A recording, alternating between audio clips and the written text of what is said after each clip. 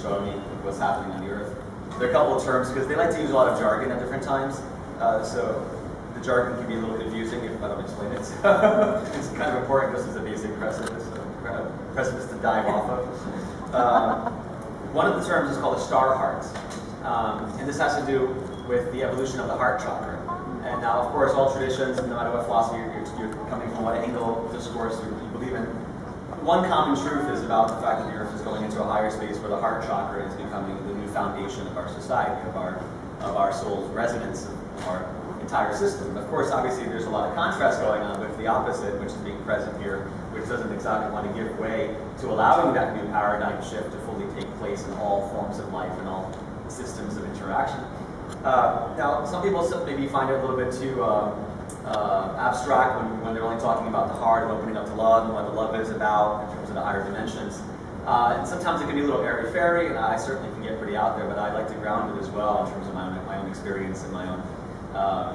And I'm very particular with always asking my guys and higher-ups, like I really want specifics here. I really want to ground it in ways of multiple metaphors, multiple analogies, so that my mind doesn't have anything to grab onto which could question it, or like doubt it, so to speak, So I'm very much about evolving the mind, really about heart-mind balance, and not just about, going overly new agey where you're just about love and you forget that you want to chop out the ego in the mind and, sort of the sermon out the door, So, I think everything is love and unity, but you forget about all the shadow which is creeping around that we still need to take care of our society and within ourselves as well. It's definitely an important part. For me, I've always emphasized the importance of when you're opening the heart and bringing love and higher will together so that we can be able to empower your sword of light to be able to transmute some of those inner and outer demonic forces, so to speak, so that we can clear the way for a society where the heart consciousness is able to infuse and suffuse all the different possibilities that we're picking up on that can be achieved in our lifetime, and that have been negated by certain forces that we've given our power away to, more the realistic side. So part of the concept of the star heart is that it's an evolution of the heart chakra, which is allowing us to open up to receive more love from higher star systems, from the positive galactic beings, from our positive ET worlds that all of you come from, to be able to have a more direct line of communication so that those transmissions, those frequencies of love and blessings that many higher worlds are wanting to that are pouring upon the Earth have a receptive place to be able to ground and nurture those seeds within your field. So part of that is the first time it came in, it was almost like a parallel analog to the idea of the breastplate of Aaron, or like the breastplate that the high priest of ancient Judaism used to wear. The basic kind of array looks like with either 3x3x3 or with the 4x4 for the 12 signs, the 12 jewels that the high priest used to wear over their chest. And that analog was actually still appropriate, except that each jewel is not just representational of the zodiac like it was in the ancient esoteric Judaism, but also representing specific star lineages that have seeded this planet, that are looking to help grant the Earth this new space, this new dispensation of grace, to help her remold herself so that she is able to accommodate more love in her life and be able to make that available to all the people and beings that choose to stay on her surface in this new reality. So, for example, being able to have a more direct conduit to the Pleiades, or to Vega, or to Arcturus, Andromeda. There are several different systems that are beaming in their energy, and there's a lot of infrastructure shifting happening, both on the inner planes and also within different layers of the Earth's field, inside the Earth and the upper atmosphere.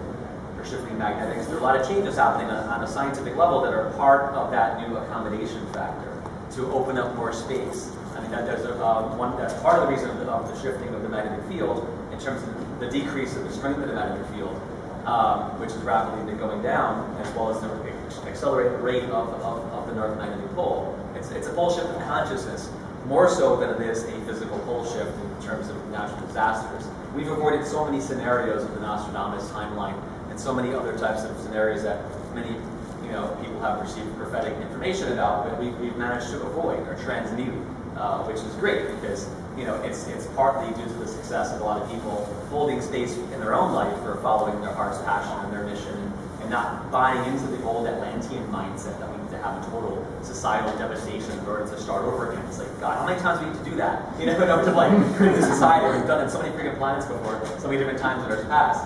And that's really like the Piscean thinking, the old martyrdom. We have to sacrifice all of our life in order to give birth to something new. Okay, that's a little old school now. but it's Aquarius, it's a little more liberal. so the idea is that as long as you ride the higher level of Aquarius and not get pulled into the lower New World Order side of the Aquarian underworld, which is really what we're going through, is all the lower side of Aquarius right now, so that we can be like the Phoenix and birth ourselves individually and collectively as a triumphant victor through this era of the shadows. And so we're being pushed up with all the shadow aspects, both in our society and in our own lives, so we can reconcile the space where love can reconcile that energy.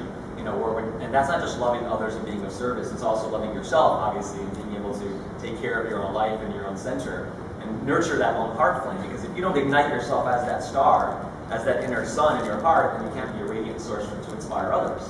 And so it's equally important to get your own fuel, your own ignition point reached, that your critical mass of light around you, so that you can be able to ignite, as opposed to just giving all pieces of your inner essence away to people that are pulling on you and wanting you to do stuff, and then you're like, oh shit, I'm really tired, I can't do stuff. So you need to draw the healthy boundaries. It's the idea of the sun. Once the sun ignites, it's able to create a strong enough magnetic gravitational field around the whole solar system to protect it, to hold it like a divine father and mother in its arms, all the children, all the planets being children of that, of the sun, of any given star. So the same idea metaphorically is for yourself, opening up, activating the energy of the sun in your own heart before you can really understand what I'm talking about in terms of the star heart, because the first principle is that it's the Christ energy, it's the heart, it's the sun within your own center, which you're activating. And think about the actual physical sun. It doesn't judge who it shines its light on, right? It shines unconditionally, and everybody doesn't care if you curse it, put shades on, fake suntan lotion, run away from it. It's still going to shine on you unconditionally. It's a great literal doorway for the Creator's energy to shine into our local area and allow life to actually be experienced in the physical body, and in many other dimensions too. So we've taken for granted so many of the blessings that are coming in through our most local, direct source of God's emanations, and we've been so twisted by society to fear it, to curse it, to twist it, because a lot of the negative forces want to shut down that energy in terms of people's ability to access it. Because because that way it enhances their control mechanism of their web, their matrix, is more easily dismantled if you're connecting with the great source of light that is independent of any middle person. You will let that light of the sun into your chakras on a regular basis, really breathing in that energy. So we will put our crystals out in the sun. We forget about charging our bodies other than a basic suntan. And so then wonder why we get too bored all the time, because we're not filling up our other bodies, with the proper proportion of the rays of the sun, and we've only limited it to the extreme ultraviolet or infrared, and hence the burning. So if you breathe in the light of the sun into each one of your chakras, your rainbow body, because the sun is a perfect emanator of the rainbow in the exact proportion that we need on a daily basis. But especially living in a big city like New York, cut off from nature, unless you're in the park, you get out into nature, you basically they're cutting off our root center, and then they're cutting off our heart center by being inside under fluorescent lights all day, which are the false light, that actually detract from your frequency. And then keeping people in the 9 to 5 stuck mode, keeping you in that adrenal center all the time, and then keeps you locked into a kind of box, mentality where you're cut in so many different directions. As the house divided, is more easily conquered in that sense. So the first thing that they do is try to divide people within themselves and disempower them in any way they can, and create thought forms and conditionings and broadcasts that are very much constrained to a limited bandwidth. So that limited bandwidth is like a circle. It keeps us in a loop. So what do you do if you're looping? You have to get to the spiral. So you have to break out of that circular loop, and access energy that comes from the spiral, like the golden mean, natural sources, the sacred geometry of the spiral. So being in nature, doing ritual, doing some techniques where you re-emphasize your own antenna system, right? Your own inner magical proportion that you have, like Da Vinci's, pentagram of man, so to speak. So there are whole rituals and things you can do that accentuate clearing out the clogs in your own inner geometry that may be formed within your chakras, within your meridians. So for me, the sun is one of the quickest chelation therapy through the rest of your bodies to be able to blast you with that kind of colonical light, to just purge all through your system. And like I said, that one simple meditation, just breathe in, into each chakra for a couple minutes, from the sun, one at a time, go up. And I call it the 7-7-7 breath, because you basically face the sun, you breathe it into your chakras, and you turn around and you breathe in the light of the sun into the back of your chakras. A lot of us have shit that we clear in the back of our spinal area, in the back of the centers, that are like clogged filters a lot of time for people. So you do that, and then you turn back around, face the sun the third time and breathe, and you'll feel a big shift. It's a very simple but very profound thing you can do on a regular basis. You can also do a second level of that where it's 7 times 7, where you do 7 breaths per chakra, so you're covering each of your 7 bodies. So if you go up 7 for the nearest body, then the second set of 7 breaths you keep going out to expand the volume of space around your field. So you're like the 7-rayed egg of light that is now charged with the solar energy. So it's very powerful. And I do group meditations with the sun, usually like once a month out in Riverside Park on 84th Street. So I'll be doing one probably in early July. Be the next one for that. Just as a side note, so you can practice it. I also do one-on-one sessions in the sun with people to help them actualize that connection more directly for themselves. A little side note. So back to the start. So the idea of now opening up to receive love from other star systems is the next logical step as well. Because I mean, just because you're metaphysical doesn't mean you're illogical all the time. Doesn't mean that you throw a left brain analysis out the window because you're getting some channeling from a higher dimension. You have to, still check a system of checks and balances is important because there's a lot of information out there you see from a lot of channelers, and there's a lot of disinformation which is weaved in between good information. And it's not to diss a lot of the channelers that are well-meaning. There are a couple of channels that are not well-meaning, that are really deliberate, but like the majority of them my favorite books are the Law of One books by Rob. It's llresearch.org if anybody doesn't know about those books. Those are some of the best material that's ever been written in my opinion. Back in the early 80s, llresearch.org. LL stands for light lines. llresearch.org. Anything on that site is incredible. I mean, they have the five volume set of Law of One books. They have one called the Wanderer's Handbook. And there's like a library section of newsletters that they transcribe. But that'll be like, in my opinion, it's the #1 source of information in terms of covering a wide range of topics. And I was blessed to find those books when I was about 20 years ago, and I used it as a testing kind of comparison when I started opening up to my own guides and working on myself. And just for me, it's always been just more and more confirmed, which I've never found any other material that's been that consistent in terms of the high level of accuracy. So just as a side note, that's about the only thing I'll be like a proponent of in terms of books. Channeling that is. Now, the other part is at the star. So part of that configuration is that there are different ET worlds that want to bless different portions of that awakening heart center, that star heart. And this is happening in the Earth. So the ways that some of the love energy, they're almost like, if you're breaking down light, the way that scientists break down light in terms of quantum measurements or like frequencies or wavelengths, there are certain packets of energy that the photons carry, which deliver the energy, right? Which can be information, consciousness, or just an upgrade of your voltage. So the same thing is happening where there is a shift of how we relate to the archetypes, how we relate to the basic blueprints of God, Goddess, one infinite creator. If you think about the basic tower deck or the basic archetypes that a system covers, they're evolving because they have to evolve. If we're opening up, if the whole planet is shifting and we're shifting our consciousness into the heart center, and then it's going to be successfully going up the spine, then our ability to navigate this larger mind of the creator that is now accessible to us gets a lot more fun. We have extra degrees of freedom the more you evolve and the more you're able to ground down into the body. So it's like swimming into a whole different ocean of consciousness and being able to explore a whole different terrain.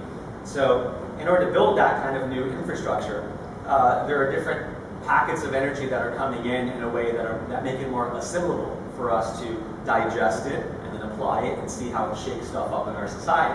Think of like astrology with astrological squares that are going on with Uranus and Pluto right now, and that'll be increasing. So there are different things like stress points, which doesn't mean that it's necessarily negative. They're just stress points of dynamic tension in order to wake us up to get our attention, that maybe we need to take another slightly different look at how life is and our relationship to it. I work a lot with the energy of the Phoenix, which of course is also a direct solar symbol. And this archetype of the Phoenix is becoming even more important because there's energies coming in the next 3 months that are going to be expanding on that archetype on a much grander scale. Part of it, relating it strictly to the sun, would be simple in the sense that we're now entering the higher sunspot cycle. So the actual sun itself obviously is increasing in its flares and its magnetic activity.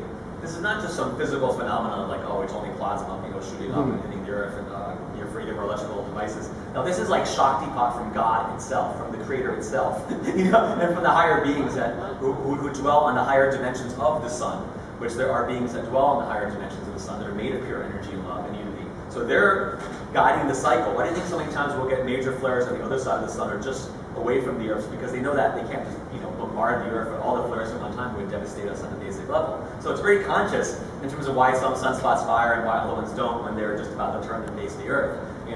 So it's not just because it's the same thing of same stupidity of mechanistic thinking of looking at of doctors looking at our body just from a physical viewpoint. Where, oh, you're just a walking mass of chemicals. So yeah, right. That's nice. We think that when we leave the room. Right? So right away, you're not going to get anything. So the same idea on a spiritual level. If we look at astronomers, do the same thing because they're overly mechanistic. At least the majority of them. There are some that are more out there, more open to our larger ideas of multi-dimensions, and the ones that actually don't edit out all the UFOs that come through the sun as portals, openings. This idea of looking at stars as bodies of consciousness, as chakras in the body of God, is part of that extension. It's about us opening up our horizon of how we see reality and being able to invite that next level, of the ray of the Creator into our field as we step on that horizon to look at the sun or look at the energy coming in from the next reality and welcome it into your life. So a lot of it is about your own passion too. Too many people, maybe you could wake up more passion for your drives and want to do it. Don't just think you have to be like Eastern Om all the time and sitting quietly with your mind in like a devoid state of egoless thinking. Which is nice to get into a virgin state. But once you're in that still space, you can then have more fun. And for me, I'm more a Western approach with it, more magical-based philosophy. So more about using the will and summoning the energies to you and awakening your frequency and really being a participant in your ritual, not just like some passive thing. That's why tonight I'm doing a full moon at the super moon today, super moon ritual at Cleopatra's Needle in Central Park, the obelisk behind the net at 7:30 tonight. So you can experience a little bit of that whoever wants to come. I do those usually regularly when full moons around 7:30ish. At the obelisk behind the Metropolitan Museum of Art. It's the big obelisk from Egypt, the big tower, Cleopatra's Needle. Yeah, it's basically if you enter on 79th and 5th, you walk behind the Met. It's like right behind the Met across the little street that runs through the park. You'll see it sticking up through the trees. It's pretty big. 3,300-year-old tower with a frequency about blue energy. And so the first energy coming in July is going to be from the Pleiades. It's going to be Pleiadian Phoenix energy. In August, it's going to be Syrian Phoenix energy, and in September, Vegan Phoenix energy. So part of that has to do with the love being broadcast from these other stars and the positive planets that orbit them, beaming this energy into more coherent bursts of undulations, if you will. So it's like a network, like a plasma network that's being more kicked in place. Well, both literally as well because we have a large gas cloud that our solar system is going through, astronomically, which we've been going through it, and it's partly been responsible for a lot of the shifts going on in the planet since the 90s. This is something that astronomers talk about, but they don't advertise the full ramifications of the fact that we're going through a giant cocoon, basically. The stuff that stars are made from, or that supernovas create, and we're going to go through this for at least the next 2,000 years. The entire age of Aquarius, we're going through this beautiful giant plasma dust cloud. So that has major ramifications on the magnetic fields, on ionization rates, on reflecting gamma rays from the sun and other bodies. So it's like a pressure cooker of it's part of our cocoon of transformation. Or in the Egyptian mythos, the phoenix was even more beautifully described than in the Greek mythos. From the Egyptian cosmology point of view, the phoenix was part of the symbol of the light of the first dawn, the first sunrise, of the first creator spark that decided to go into manifestation from the great void into that of actuality. And so that great first sunrise was from the great egg hatched open, and the first phoenix was born, and it cackled the sounds of creation, which is so beautiful. It's like the great Om, but from the Egyptian point of view. And so, so the idea of that first phoenix heralding the first sunrise, of the first dawn of creation, is not just a symbol for an ancient mythos of the beginning of time, but it's relevant to each shift that a planet goes through, is accompanied by this next layer, this kind of archetype of death and transformation, the gatekeepers that come to help us reforge our identity within this new paradigm structure. So it's not just like layers of symbolism, it's actual energy where higher beings that are on other planets, higher dimensional beings, can work with those archetypes. The same way that if you work in a magical tradition and you try to clothe yourself in the nature, say, of a high priestess or a high priest, or or work with totem animals, and you call that animal in, you visualize it, and you work with that shamanically. This is more like cosmic shamanism that I really know about. So it's like working with it on the next level. So higher multi-dimensional beings that are also projecting the idea of a phoenix light body to you, and these are the same type of beings that can the higher ones are co-responsible for solar flares from the melding of their forms. So you're dealing with very powerful beings that can project consciousness that are beneficent. We're not dealing with the negative ETs right now, we're talking about the positive ETs.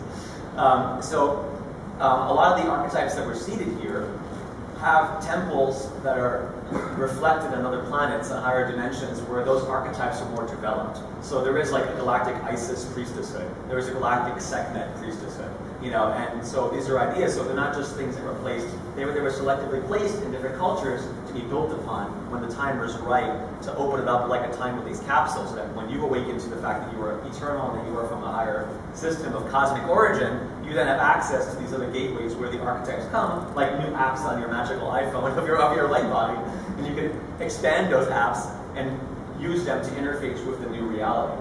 So it's pretty cool. Yeah, it's a good analogy, like magical apps for your etheric high body, your etheric intelligent body. What is it? What time is it? I have no idea. Okay.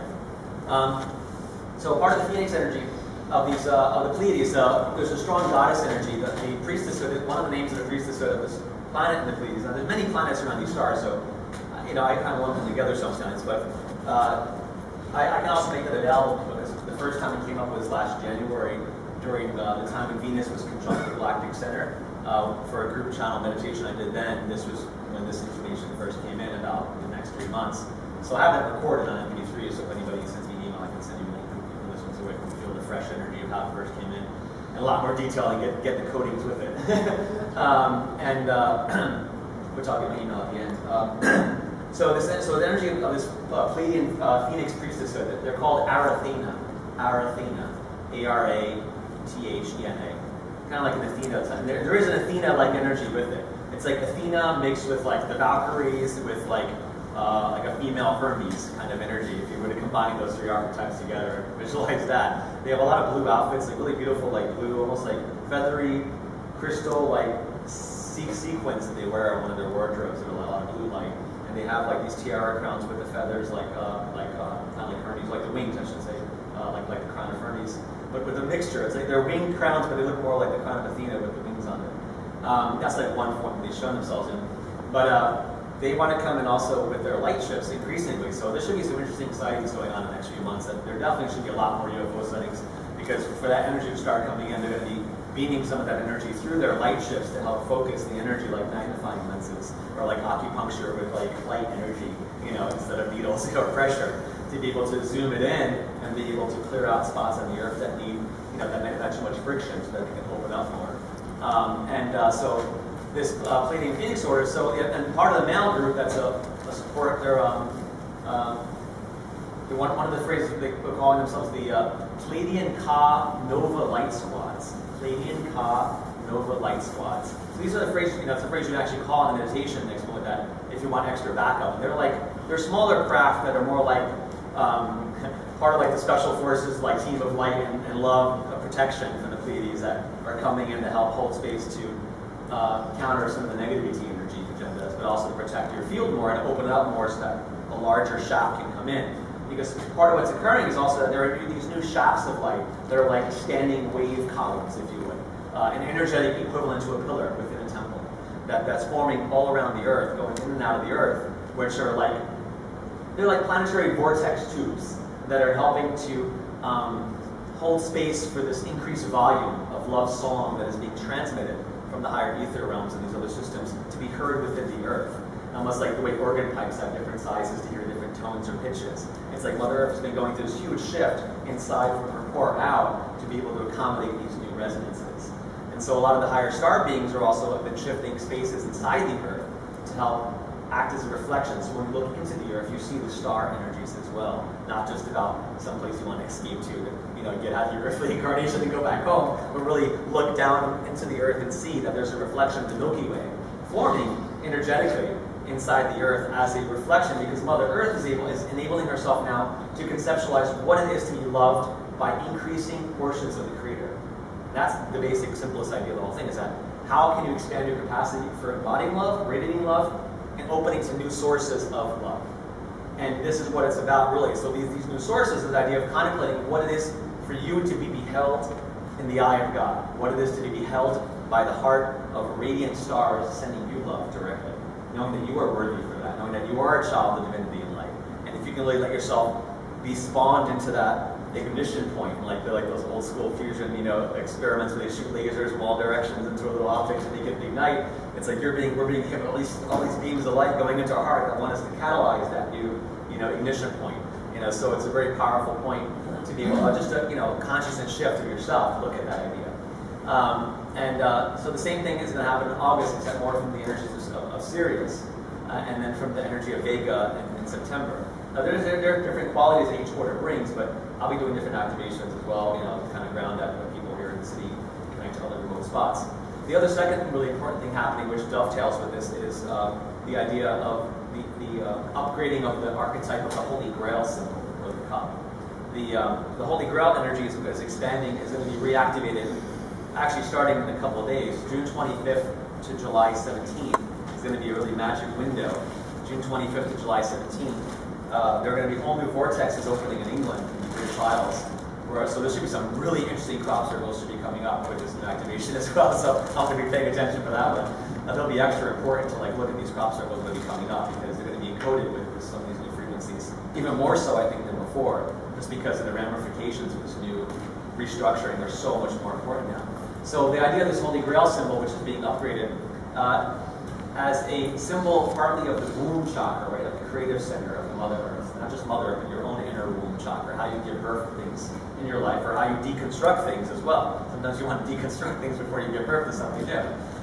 So the idea of upgrading the second chakra with the new higher heart chakra is part of what this energy is about. So think about what I mentioned about the star heart. So this idea of the star heart, grounding multiple vectors of love from higher realms, and then bringing it down to your sexual center. So that now your womb, or your sexual center, is able to be a greater foundation. In the tree of life, the second chakra is the foundation, is governed by the moon of the whole tree of life. So it's a really important center, the light work we really get more into, so to speak, to ground that higher frequency, so we can really give birth, to the new energy down our feet and really stand strong on the new ground. A lot of times we'll get cut off, or we're just like lopsided with our upper chakras in the New Age community. You need to kind of ground it more. But it's an evolution of the idea of being grounded. It's not just like being grounded so you're stuck, lower chakras, mundane reality versus alternate reality. No, it's expanded mundane reality, where the mundane and the sacred are now becoming more communing together to give birth to something new, which is a beautiful new space. So this idea of the new grail, one way to look at it is if you're looking at a basic idea of the cup symbol with different crystals around it that represented the zodiac, which was one of the ways that the Celtic cup was represented, or 13 moons was another variation. This idea is that, again, like the star heart, it's a cup with different crystal eggs around it that represent different star energies that are coming in, like baby phoenixes that are wanting to be born within the cup of Gaia's womb, so that they can hold space to let the new exalted mother rise. Where from this new space of wholeness, she's able to create free of any distortion, free of any genetic bullshit manipulation of Monsanto-like groups. She's able to really allow us to have a new clean template that is uncorruptible, that is untaintable by negativity trying to distort that lower center of the chakra, because each chakra is becoming more and more sacred to reflect the entrance of the new divine presence of the earth itself. So if we step into that resonance, then it's a lot stronger to radiate from that point of view, to be able to counter and to constructively co-create the new reality, and at the same time have enough shields around you protection-wise to negate the negative frequencies that are trying to slow this process down, because there have been many attempts to slow this energy down. Part of the question that someone asked about the timing of the landing, originally they were going to land this year, right? And that was like a major thing they were telling for years, and then it shifted to 2014, 2015, and this whole past year they had to push it back. They're saying they wanted to expand it within 2017. So it's been coming up a lot in 2017. What's the time check?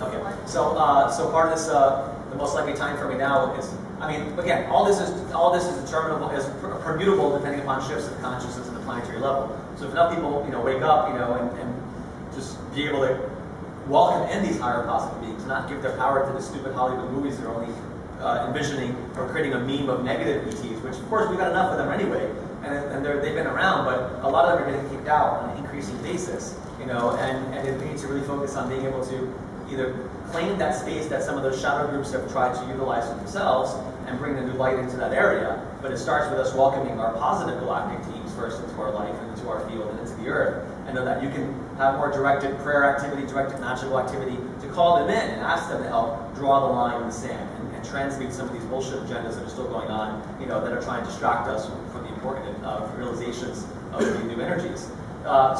Which often would then dovetail into the new grail and giving birth to your new self and stepping into that.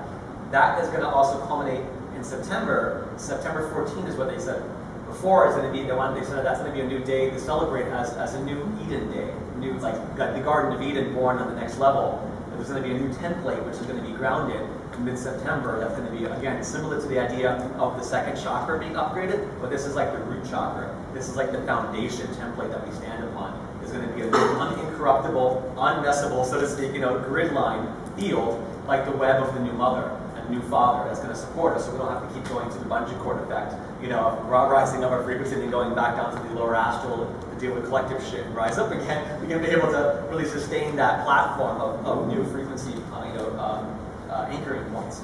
So there are exciting things coming up. There are some potential turbulent periods in the fall, though, too, between September and November, with the eclipses coming up in November, that are tied into a longer story that I can't get into now, but where there are some volatile points of like, you know, more New World Order agenda. So we definitely need to like hold our space because, you know, the last crew that's here on the negative side, they really don't want to leave. So we need more light and more will energy to come in. And the more the collective takes back their power, the easier it will be for higher beings in the earth to exercise these entities from her body and therefore decouple their ability to strengthen the elite from behind the scenes. So the more we disable and discharge the occult force behind the elite's energy and technology and politics, the more light workers who are within those intelligence communities or corporations will have the capacity to wake up and make changes like, you know, I'm not going to give an example like with Snowden with the NSA. It's at least good. Yeah, there's still questions going on with him about the information that's coming out, but more whistleblowers are definitely needed to be able to release